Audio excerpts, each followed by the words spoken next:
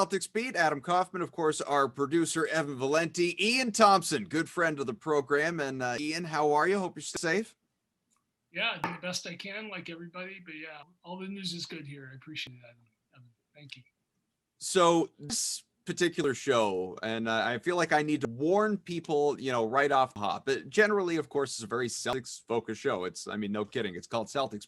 But there are peripheral things that certainly affect the C's, not unlike this huge James Harden trade going from Houston to Brooklyn, impacting potentially the hierarchy of that Eastern Conference. So we're going to get into all that, not to mention the fact, and this is a good place to start, I think, guys, the C's haven't played in more than a week at this point in time. Now, the latest update as I chat right with all of you, and I know depending on you're listening, if you don't listen for a few days, things get old in a hurry. Celtics are expected to play tomorrow night, Friday night, hosting the Orlando Magic. Orlando has traveled to Boston after having a postponed game on Wednesday. The last three seasons have been postponed as a result of the NBA's health and safety protocols. First, there was the game against the Heat, where technically Miami didn't have players, even though the Celtics were down to the minimum 8. Miami had 7. You need to have 8 according to NBA rules to play a game. And then it was on the C's. They couldn't play in Chicago because they had an 8th player go into the COVID protocols. Same case against Orlando that next time around. And so 3 straight games, but the team is practicing today.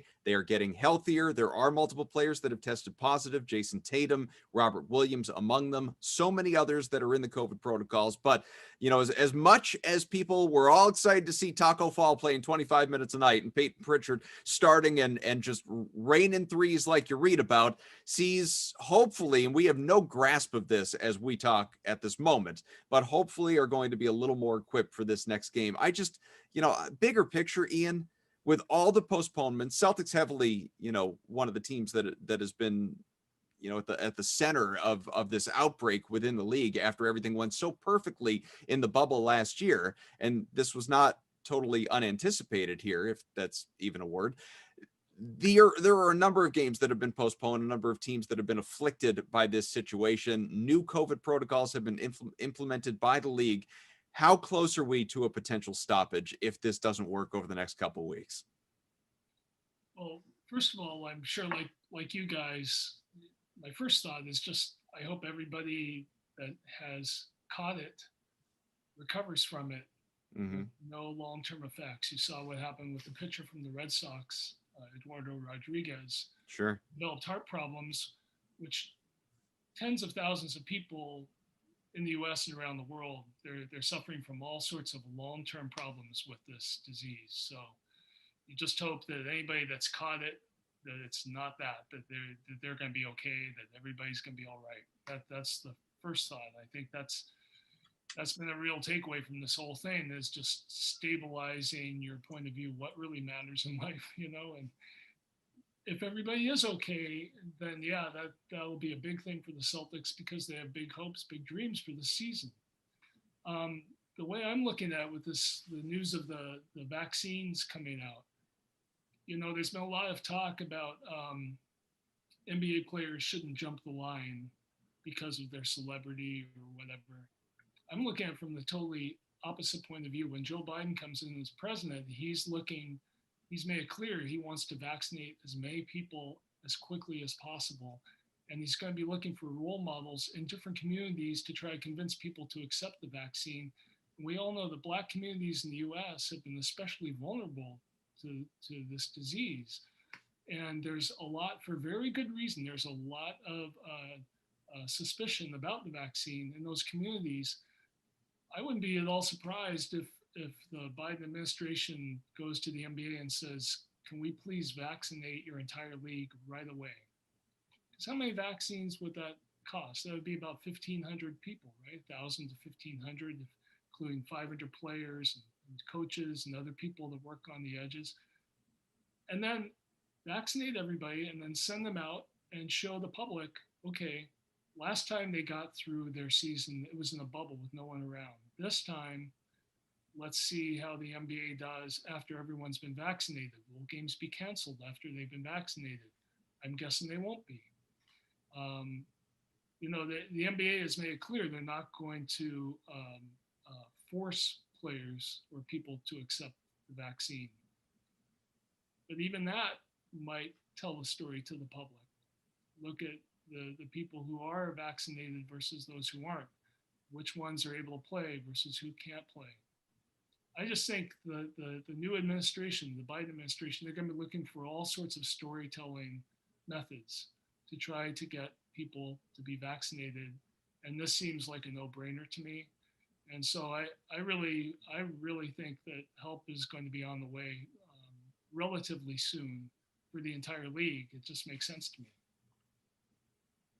Well, I just can't believe there was sorry, I was going to say I can't believe that among the new protocols that there wasn't already a rule about players not having, you know, non-team personnel in their hotel rooms when they're on the road. And I get we're talking about, you know, a lot of, you know, young, mostly single guys that you know, have a right to, you know, do what they want to do. At the same time, though, just from a health and safety protocol standpoint, and wanting to remove any and all risk as much as possible, short of, you know, truly bubbling up guys within their specific markets and communities, it's I don't know, that seems like a really easy area to say, you know what, don't do that right now. I know it's going to be difficult, but try and restrain yourselves. And yet, you know, here we are.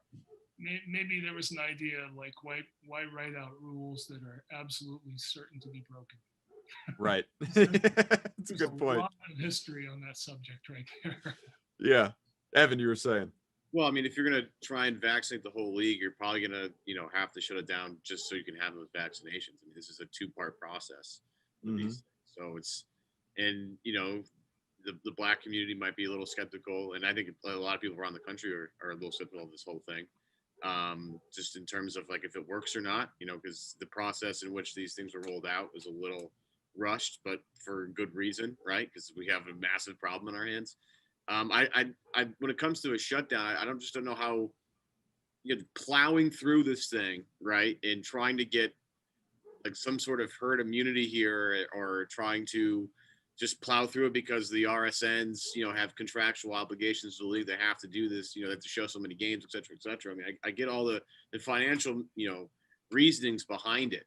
But there has to be like a health and safety, you know, sort of thing going on here in terms of, you know, we have to make sure that these players are as healthy as humanly possible. I mean, people around the league were watching, you know, Washington go from team to team to team. And I'm not, you know, singling out the Wizards, but it's just kind of what happened, where the Wiz would go to some team and all of a sudden a couple days later they'd have to shut down because they have a couple of positive tests. And what you're seeing in real time is how this particular virus can spread so quickly and affect so many people and a lot of money in a short amount of time. And in order for this league to really get back on track and to get, like, because you're playing regular season games, and I know, like, you know, it's the regular season, whatever, but when you already have a smaller season, they've already cut 10 games, get down to 72, you know, every single game matters a little bit more, right? And you have a lot of teams that invested a lot of money. I'll throw the Atlanta Hawks out there, and they're trying to make the playoffs this year, right? Atlanta stocked up on free agents, Danilo Gallinari. They got Bogdanovich as well. They brought in Rondo to try and get that team over the hump and into the playoffs. And if you're going to miss, you know, have some of your major players miss a week, 2 weeks because they've tested positive coronavirus, like that does hinder your ability to maybe make the playoffs later on. So, you know, I understand that people want, you know, this league to continue forward because there's so much stuff going on. But at the end of the day, the quality of the product becomes, you know, not as good when you look at the Celtics roster, right? The other night, if they had played against Miami, it was what T could play. They cleared him to play. Pritchard was the backup guard. I think Tremont Waters was there, but I think they had two players over 6'5", and one of them was Taco Fall, and the other one was Aaron Neesmith. I mean, that to watch a team go out there and try and play another team with two guys over. I mean, it would have been somewhat entertaining, but it's not the same product that we're all used to. And I think at some point, you're going to have to look at this thing and say, like, look, for the health and safety of everybody in this league, we might have to take a break for 2 weeks, 3 weeks, just to get this thing under control and get back to work again. I mean, I have a hard time seeing how this doesn't, you know, if you value your players' health and safety, how you can't shut this down just for a little bit at a certain point to get everything back on track. And that's why we haven't seen the second half of the schedule yet, because they're kind of plan on this happening. This wasn't going to be a smooth rollout. And if it was, it would have been a complete miracle. But they did this on purpose so that, you know, in case something bad happened like this, they can at least recover later on. I mean, it feels like we're headed that way, Ian. Yeah, no, I mean, I totally agree. The most important thing is the health of people. That's what matters most here. If you can run your league while maintaining the health of people, then yes. It's interesting, Evan, the idea of shutting down to get the vaccine. I haven't really heard of that. Like people who are getting the vaccine now, doctors, they're still, when they get the first dose, they still go back to work and they're still working in the hospitals. So I would think, an NBA player gets his first dose of the vaccine, and then 3 weeks later gets the second dose. In the meantime, he's continuing to do his job in between. I don't think you necessarily have to shut down the league for 3 weeks to administer all these vaccines. And again, I'm only saying this as a possibility if it's something that the new presidential administration wants to do in their hope of blanketing the country with vaccinations. And it's going to be a big story what's going to happen in the Black communities of America as far as the vaccine. There's a lot of bad history there, and the intentions of the new administration are going to be all good. Let's try to protect as many people as we can from this virus. So I just would think among the many different groups, and look, the Black community isn't going to be the only group that the Biden administration is going to be trying to reach out to. There's going to be all sorts of different groups out there, communities out there, and there'll be different role models who will be asked to serve. Just like Elvis Presley took the polio vaccine in 1956 after children were killed by a bad batch of it. They used Elvis Presley to try to show people it was safe. They photographed him right before he went on TV getting the vaccine. I think that's what the leaders of the U.S. are going to be asking people like NBA players to do. And that gives you hope that what has turned out to be a rollout for the NBA season, which has gone very badly, it gives you hope that maybe it won't be like this the whole season long. Because if it is, like you're saying, if it is, then what's the point? What's the point of it? It doesn't mean anything. Your team was just the lucky one. You got through it with the most number of players getting through, and we end up seeing the Phoenix Suns win the championship or something like that. It just isn't. It's not worth doing. But yeah, that's where I see it going. That's my most optimistic take on what might happen. Well, hopefully, as Ian has already talked about, first and foremost, everybody gets healthy, doesn't have any substantial, significant side effects of the situation. You hope in a perfect world, most, if not all, these players are asymptomatic and not even, feeling the effects that so many across the country are, and that they can get back to work and play games and, they're making a living either way. But, beyond the entertainment factor that we also selfishly care about, hopefully, obviously, everybody's health and safety is paramount. But when it, comes back to games must be played, at least so long as there are enough personnel to do it. And with the Celtics not having played more than a week, they're sitting 7-3. It's tops in the Eastern Conference, just in terms of that record. I'm not saying the Celtics are the best team in the Eastern Conference. I don't think anybody believes that right now, but they're in the mix, certainly with the Bucks, with the new look Nets, who we'll talk about in a second. Certainly the Sixers are right there. The Heat are right there. Maybe the Raptors could propel themselves into that conversation. You've got, the Pacers as well, perhaps. But, we know who the upper echelon teams are in the East. Let's talk about, and maybe for a while, folks, brace yourselves, what is happening in Brooklyn. Because first off, in Houston, James Harden, put the nail in the coffin, the last straw after that loss to the Lakers the other night, said basically, this is broken, it can't be fixed, and walked off. The situation cannot be repaired. And so I think the Rockets, that sped everything up, despite the reports that trade conversations were already going on. I think that really accelerated the process. It became two teams trying to acquire James Harden, willing to give up everything there was. The Celtics, Danny Ainge acknowledged this earlier today. Celtics were, interested. They put feelers out. They did their due diligence, but ultimately Ainge said that unanimously they decided price wasn't right. The timing wasn't right. It wasn't the right fit. They weren't going to do it, which I commend. I've said that so many times on this show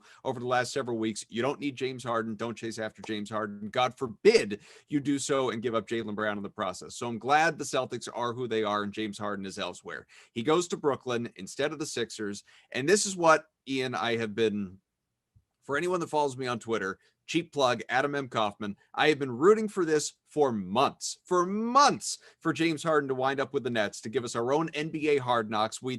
Everyone should get League Pass. This should be must-watch television. If, in fact, Kyrie Irving ever decides to come back and play basketball again, these three guys on a team together with basically no bench is just fascinating to me, and I have a zillion thoughts, and I could talk for an hour by myself, but initial impressions from you, Ian, what are they? I mean, first of all, I just wonder if the Nets are being run by an entertainment producer rather than because is Jay-Z still there? Yeah, exactly. This is what you would put together if you were more interested in your ratings or your social media and all that stuff. If you were in an entertainment business without worrying about winning a championship, this is exactly what you would do. But I also understand why they did it for basketball reasons. They're all in on trying to win a championship. And I don't think without adding a third star that they could ever beat the Lakers.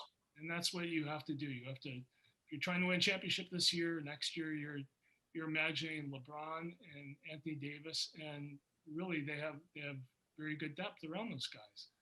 And right now, LeBron's better than Durant, and Anthony Davis is better than Kyrie Irving. So they weren't going to win, health permitting, which we cannot take for granted right now. But all things being equal, they weren't good enough, despite everything they've done to improve their team. Now, if somehow they can figure out a way to get Kyrie Irving to play again, and then get those three guys to play together at a high level, now they have a chance to be good enough. They have a chance to be better than Lakers because Kyrie gets to be the hero. He gets to be the third guy that puts them over the top. I'm not sure that would be Kyrie's definition of hero. I don't know how they're going to do that, but yeah, go ahead. No, I was just going to say, I don't think that's what Kyrie's looking for. I mean, it just depends on all these things. There's so many factors. It depends what you want to believe is true. I mean, there was the report yesterday out of SNY, and I think signs have pointed to this, so I am inclined to believe it, that Kyrie Irving, one, his relationship with Kevin Durant has grown distant. Go figure. That happens with Kyrie everywhere he is. As soon as he gets, into the inner workings of a team, he grows distant, his, relationship-wise with all of his teammates. I don't care if they were best friends before they signed on together. Of course they've grown distant. And, Mr. I don't think we have a head coach, apparently is still furious with the organization about the Steve Nash hiring and, the fact that he wasn't consulted in the process. I just think, to me, I've said this before. We've talked about this, Ian and Evan, all of us. I've always been inclined to believe the NBA is a players' league, which it is, and that talent wins out in the end, which with very rare exception, like the, 04 Pistons, it does. You have the most talent, you win a championship. Generally, that's the bottom line. I have, in this new era of social media and personalities and just the evolution of the NBA player as we know them in recent years, I have expanded that thought to which ultimately it's not talent alone that wins out. Personality is a huge factor. Personality is the only thing that trumps talent to me. And what I mean by that is this team has the talent, even with no bench. LeVert's gone, Allen's gone. They've no real bigs other than Jordan. Like, they have no bench, but they still have enough talent to win a championship. But I think they have the personalities, these three in particular. Kevin Durant with the burner accounts on social media, Harden, who openly doesn't want to, play defense, or, work hard a lot of the time and doesn't want to share the ball. And, Kyrie Irving, who doesn't even want to play basketball. It's not remotely a top priority of his and hasn't been happy in Brooklyn since his coming home video.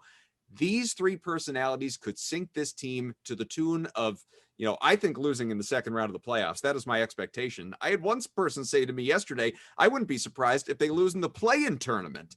It's just remarkable how all this could unfold.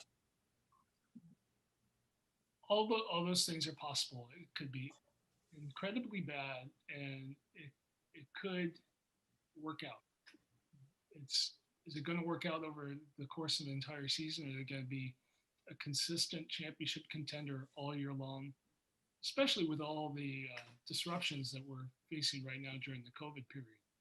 So definitely not. They're not going to be a consistent team, I don't think. But the way I'm going to watch them is I'm just going to keep my eyes on Kevin Durant. It's all going to revolve around and run through Kevin Durant.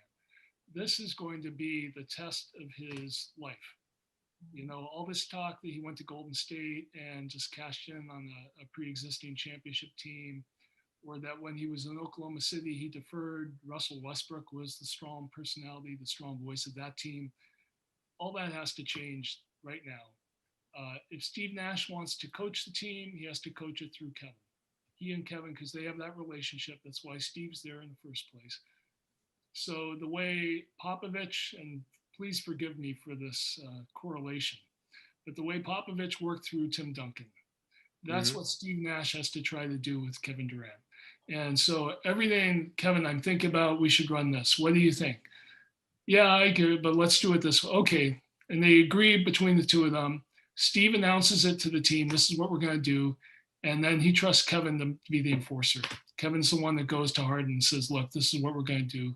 Kevin's the one, maybe with Harden's help or other people's help, he goes to Kyrie and brings him along. Kevin has to be the one that on defense sets the example. He's got to be a two-way player this year. He's got to be an incredible defender. He's got to guard the rim because he's great at that. He's got to be able to guard multiple positions. He's got to do it so that he can hold other people accountable. He's got to do what LeBron does every single day, what James Harden has never done and probably never will do. It's all got to run through Kevin Durant. Kevin Durant's got to make it all happen. He's got to be the all everything.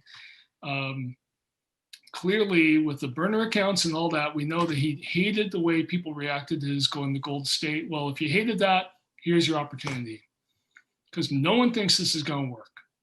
And the only way it works is if you decide, I'm going to make it work, and I'm going to tirelessly do it, and I'm going to take responsibility for everything. Again, that's why being the best player of a championship team in the NBA is the hardest thing to do in sports. You're responsible for everything. We've talked about this before. You got to do stuff that Tom Brady never had to worry about. Never had to worry about the culture of the team. Tom Brady didn't even play half the plays for his team. Kevin Durant's got to do everything. He's got to worry about what's going on in the locker room. He's got to make sure that Kyrie's on board. He has to make sure that Kyrie and James Harden are playing together. He has to make sure that Harden isn't just a statue on defense.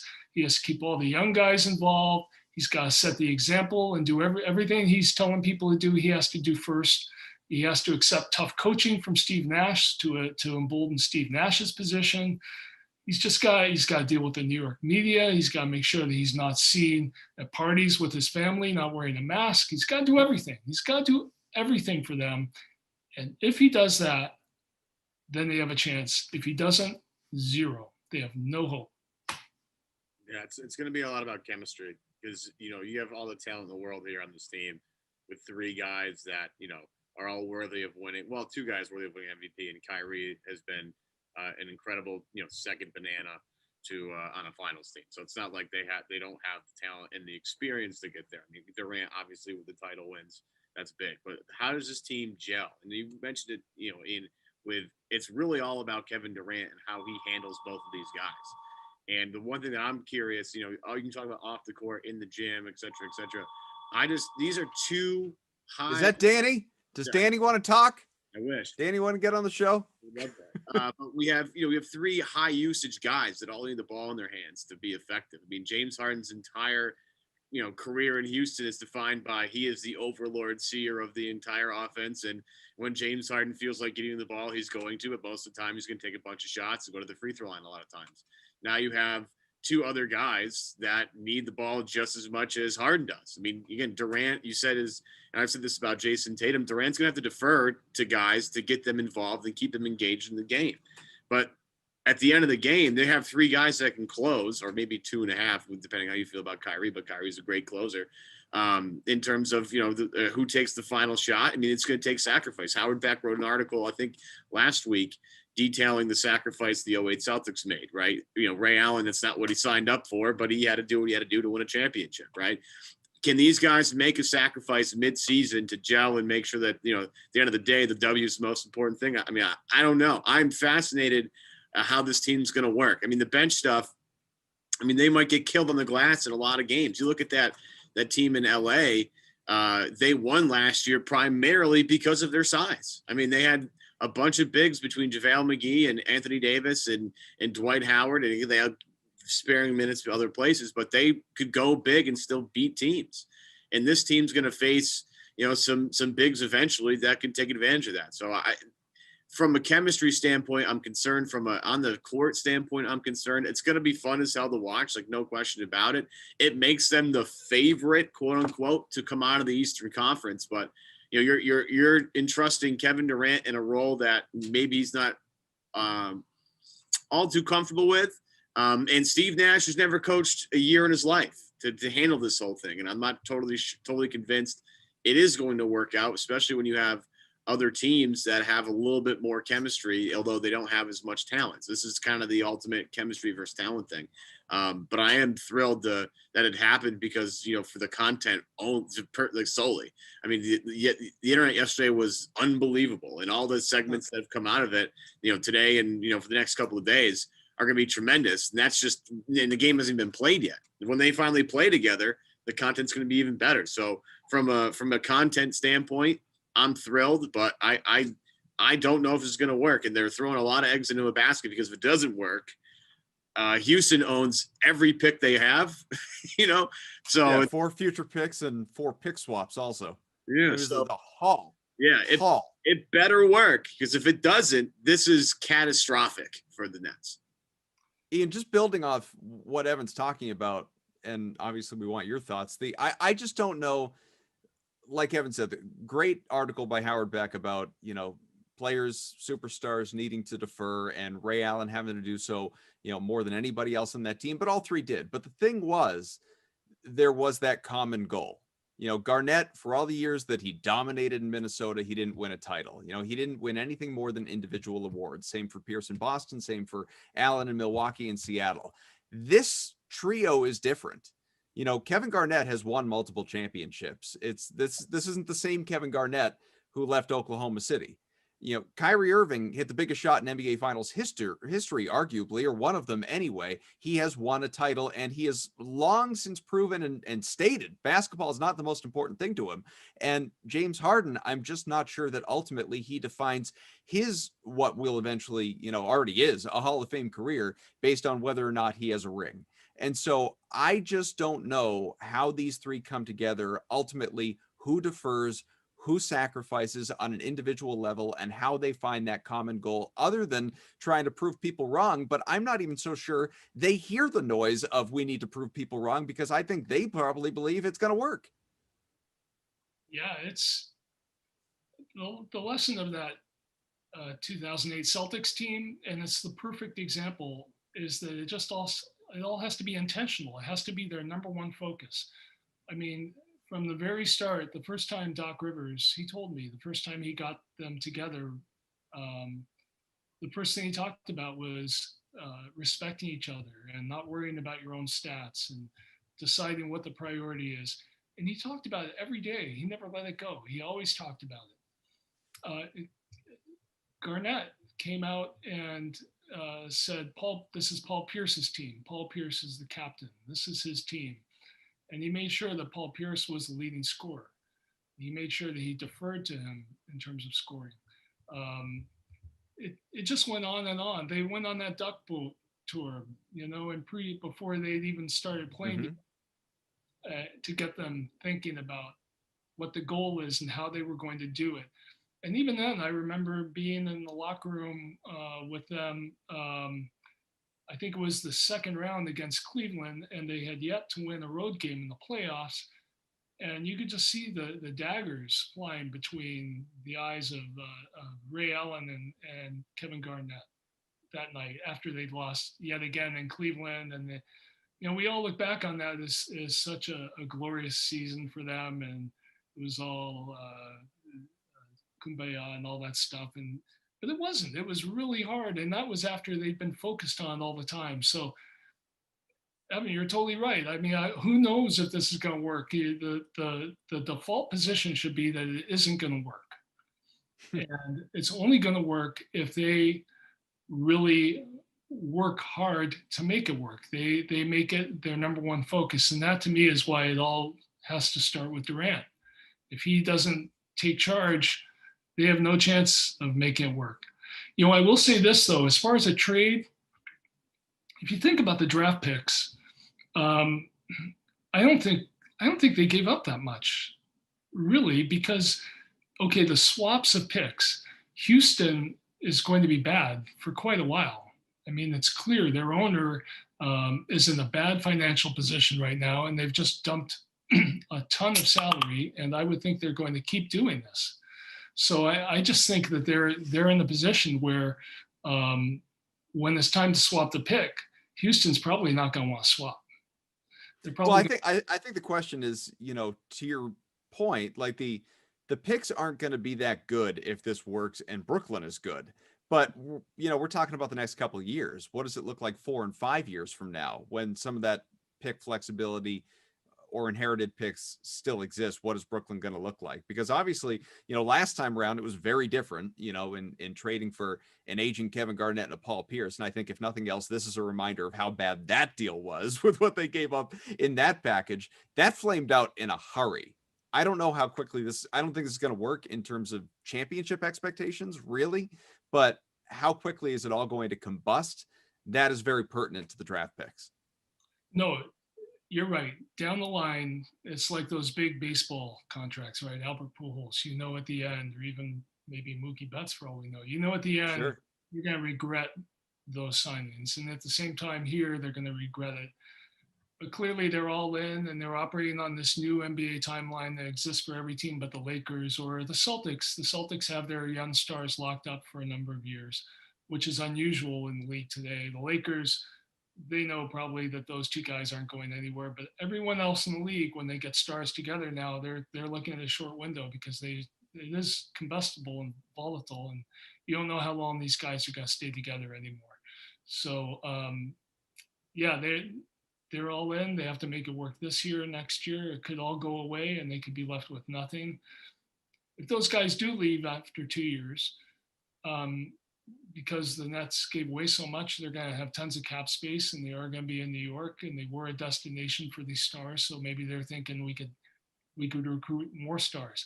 Something I don't think Houston's ever going to be able to do with that owner.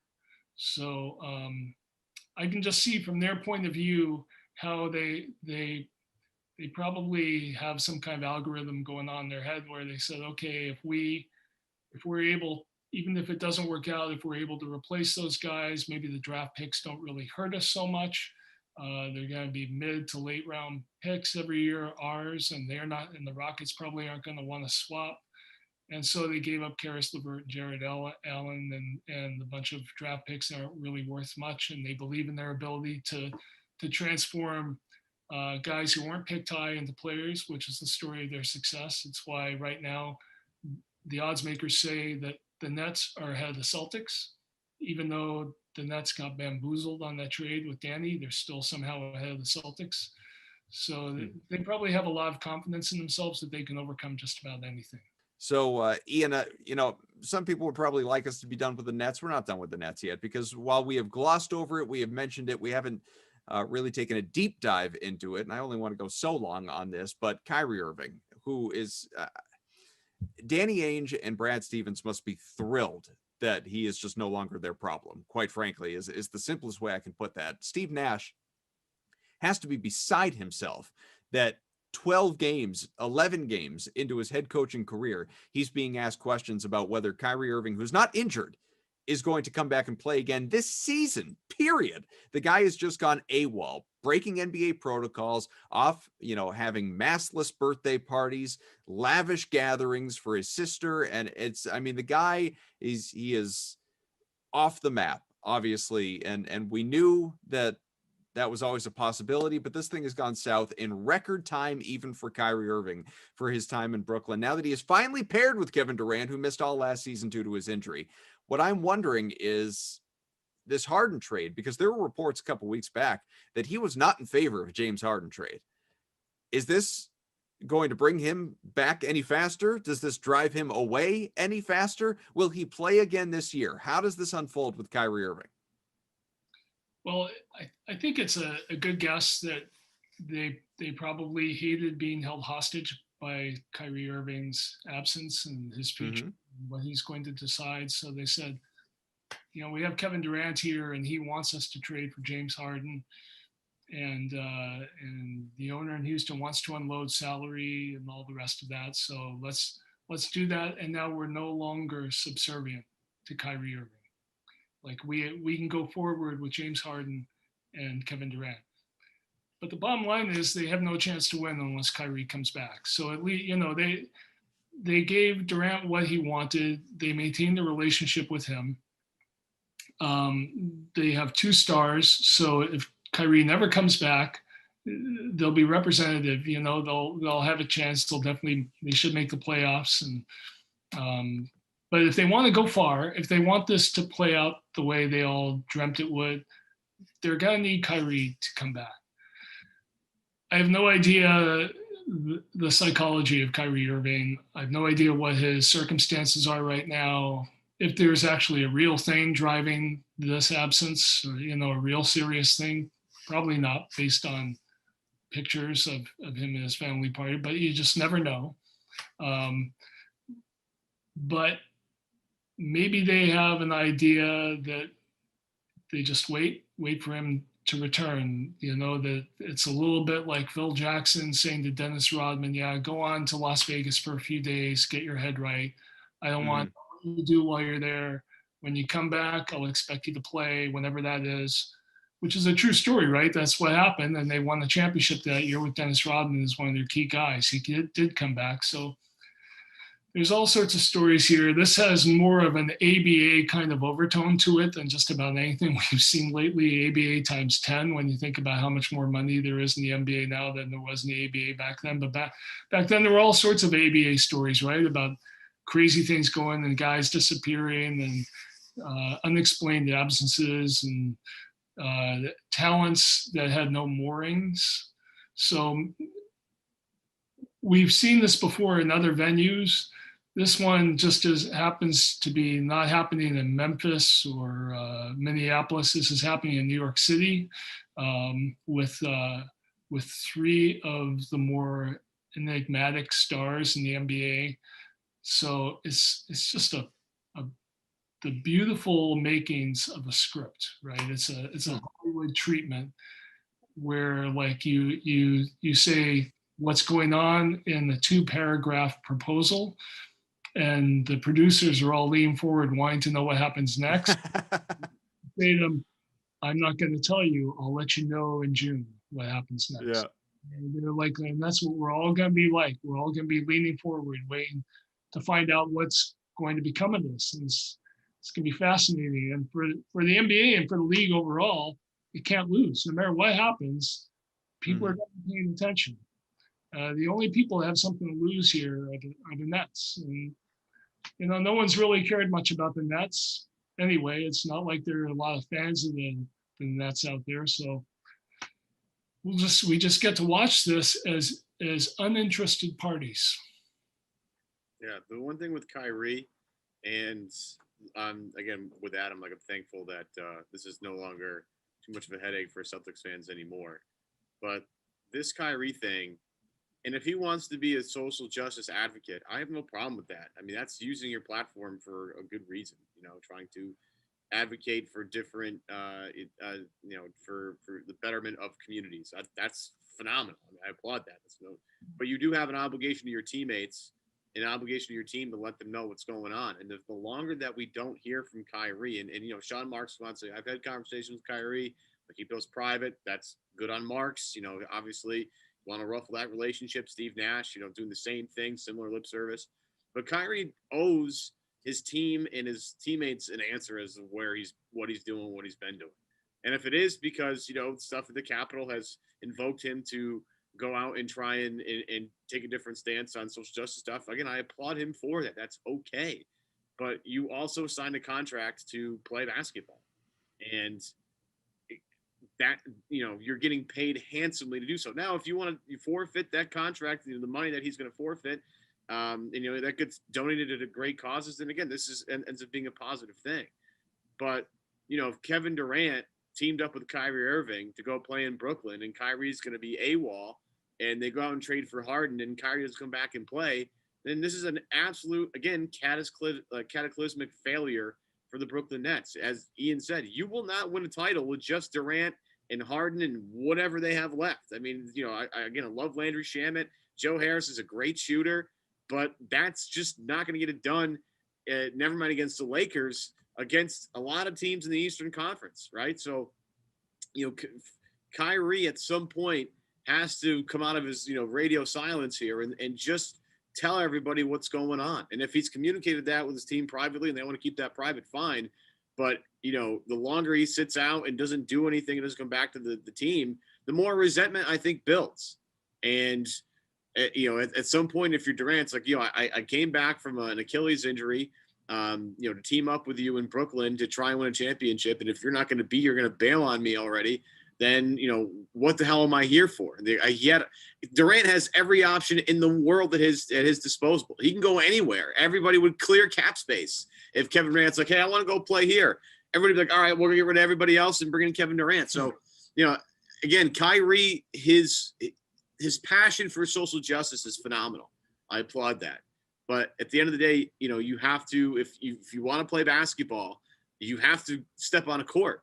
And if you want to forfeit all those things that basketball gives you to go pursue other things, totally fine with that. But he owes his team an explanation, and I think he owes fans an explanation. Because I think fans and Nets fans are frustrated. It's like, hey man, we've got invested in this team, but where are you invested in this team?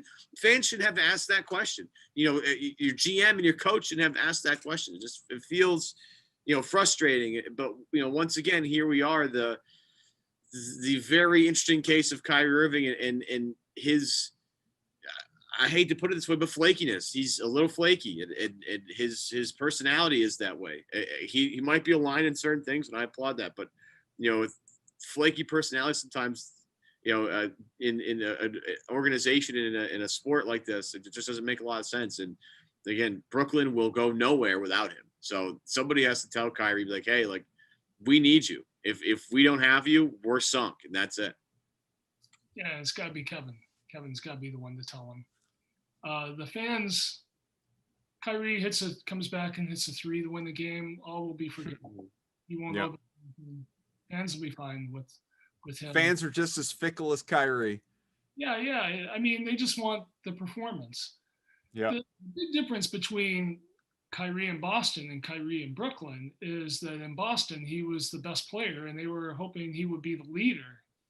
And in Brooklyn, he's their third best player, as hard as that is to believe. But he is. He's behind two MVPs. And a guy who has arguably been, if not the best player, one of the top three players in the league, and Durant, and Harden was an MVP and arguably one of the greatest scorers of all time. So Kyrie's the third best player. So they don't need leadership from him. They don't need what the Celtics were asking of him. He can just show up and make shots and then go do whatever the heck he wants. He can champion larger causes, and if they're okay with him disappearing every now and then, as long as he comes back and helps them, maybe that's a pact they'll make with him, an understanding they'll reach with him, because he's not going to be defining the culture of their team. It's going to be up to Durant to do that. So I actually think trading for Harden strengthened their position with Kyrie in that sense. The Celtics really were held hostage to Kyrie. They pinned everything on him with their young players, and he was going to be the leader, and he wasn't up to it. Well, that's not the deal here. They're not asking him to be that guy. They just want him to be like a field goal kicker that comes in and just makes his shots, be the third guy like Ray Allen making his shots, and maybe Kyrie will demand more. Well, if you want a bigger role, if you feel like you're being disrespected, you gotta earn it. You gotta show up and do it on the court, and that'll be a simple message to him, and I think it'll resonate with him. I think it'll just make sense that if you're not doing it on the court, then how do you expect to get the respect? Well, as we wrap up here in a matter of moments, ultimately, after all this shakes out, based on, remove the unpredictabilities, the resilient of them from an injury standpoint, a health and safety standpoint, and obviously what we just spent the last little while talking about, how this Brooklyn Nets thing is going to unfold. Where are the Celtics in the Eastern Conference to you in this hierarchy with some of these, certainly more talented teams, but, Brooklyn is mighty combustible as well? Well, I mean, the great news is that every year, every time they go away for a little while and then they come back, Jason Tatum and Jaylen Brown are just better. They just keep getting better. Right now, both scoring 26 points a game and making plays for others, becoming better playmakers, showing leadership at both ends of the floor, really trying to contribute in all phases of the game.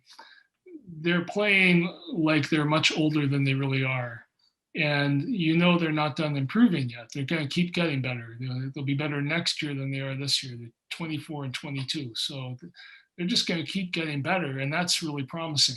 Is Jason Tatum going to be a top 5, top 7 player in the league? If he is, then they have a chance to win the championship, because you need that kind of guy to be leading your team. You need somebody that's that good to do it. They got off to a nice start thanks to a lot of last-second shots. They did without Kemba Walker. So they had Kemba Walker back. If he's able to play, get through this year, what a great addition that would be. Really, though, what this season is going to come down to, because it's just so bizarre and unpredictable, and there's so little that the teams control until health is restored, the promise of health is restored. What's going to come down to is who's playing best at the end of the year. It's just going to be that simple. So if the Nets are playing really well, then good luck trying to beat those 3 guys if they're playing well. But if they aren't playing well, is it Milwaukee that's playing at a high level, that has teamwork? They've been able to develop teamwork in spite of physical distancing protocols and all the other things that are going on. Are the Celtics really clicking? There's a Philly, Miami. Miami's probably the most team-minded team in the East. Are they the ones that are playing a high level? Who has the sum of the parts going at that time of the year? That's what it's going to come down to. And right now, it's just impossible to predict. There's a lot of teams that have a chance. When they get to the finals, if the Lakers are healthy, no one's going to beat them unless it's Brooklyn in terms of talent. So as far as getting out of the East, though, it's just such a wild card. But the Celtics are right there with a chance to do it if they're playing at a high level.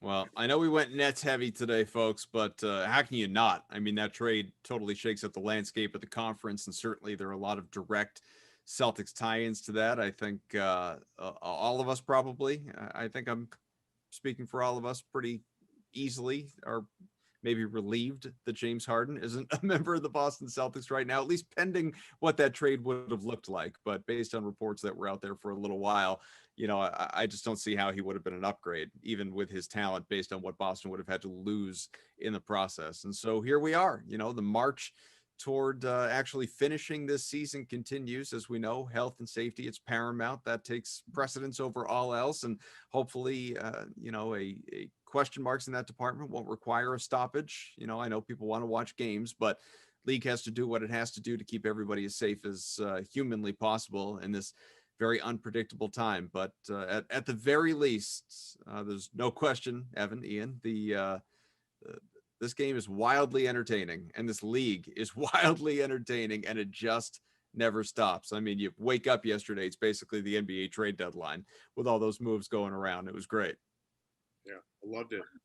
I still think, as Ian talked about, they're a favorite to come out of the East, especially with how volatile Brooklyn can be. and the unity that Boston seems to have. And the one thing that we all have to remember here is, Brooklyn just got better, but everybody else is probably going to try and make moves too. I mean, we look at that Houston thing now. I mean, that's ripe for anybody. I mean, Eric Gordon, PJ Tucker. I know they just signed Christian Wood, but he makes a lot of money, and I'm not sure when he's trade eligible, but he had a great start to the year and could probably help out somebody. And as the league continues, and as more teams fall towards the bottom, you're going to have a little bit more clarity on who will be available at the trade deadline for teams to get better.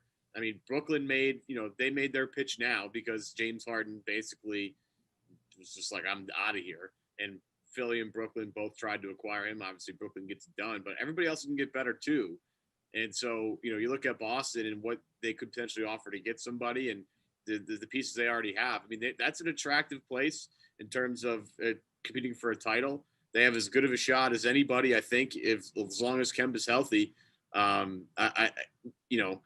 don't think they're the favorite to come out of the East right now because of that talent, but I don't think they're too far behind. Philly, I don't totally trust because Philly's never really gotten it done in the playoffs. Either as Boston, they haven't gotten to the finals yet, but they have a little more postseason success than Philly does. The Bucks, I won't buy it until Budenholzer decides to play Giannis more than 35 minutes a game.